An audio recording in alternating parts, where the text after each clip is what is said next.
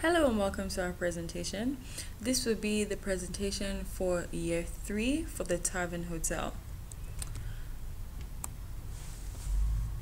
Okay, first of all, we'll start off with the strategy and outcomes which we undertook for the year 3.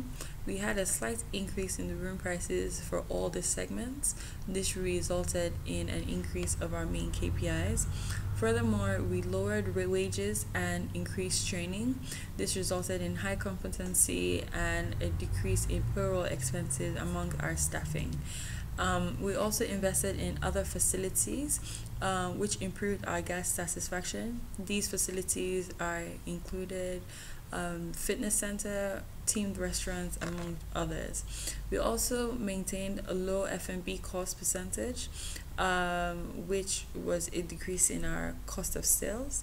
And finally, we increased the business and leisure segment prices by 15%. As per an agreement we made with the cartel, which basically was an agreement with our competitors to increase prices. This resulted in a slight increase of revenue and net profits, but however, we saw a decrease in our market share. Okay, the results for year 3 where basically we saw a decrease in our occupancy, and also we maintained our ADR of 195. We also had an increase in our market share, which was as a result of this price increase with the cartel. And then we also saw an increase in our competency due to factors which we'll see in the next slide.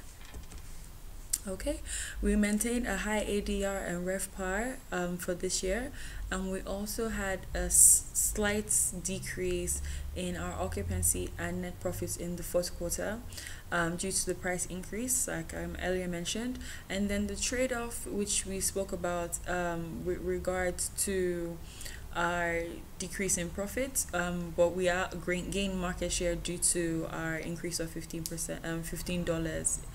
And then finally, we invested a lot in training for our staff, which resulted in high competency levels. And the next slide will basically talk about our yearly comparison. Alright, so for a yearly comparison, we can see that there was significant improvement in year 3 particularly for occupancy, and as well for gross operating profit and market share. We also maintained high levels of ADR and RevPAR, and as well our general ROE was according to the goal of 10%. We attained at 10.41% in year 3. A further look at our facilities and services.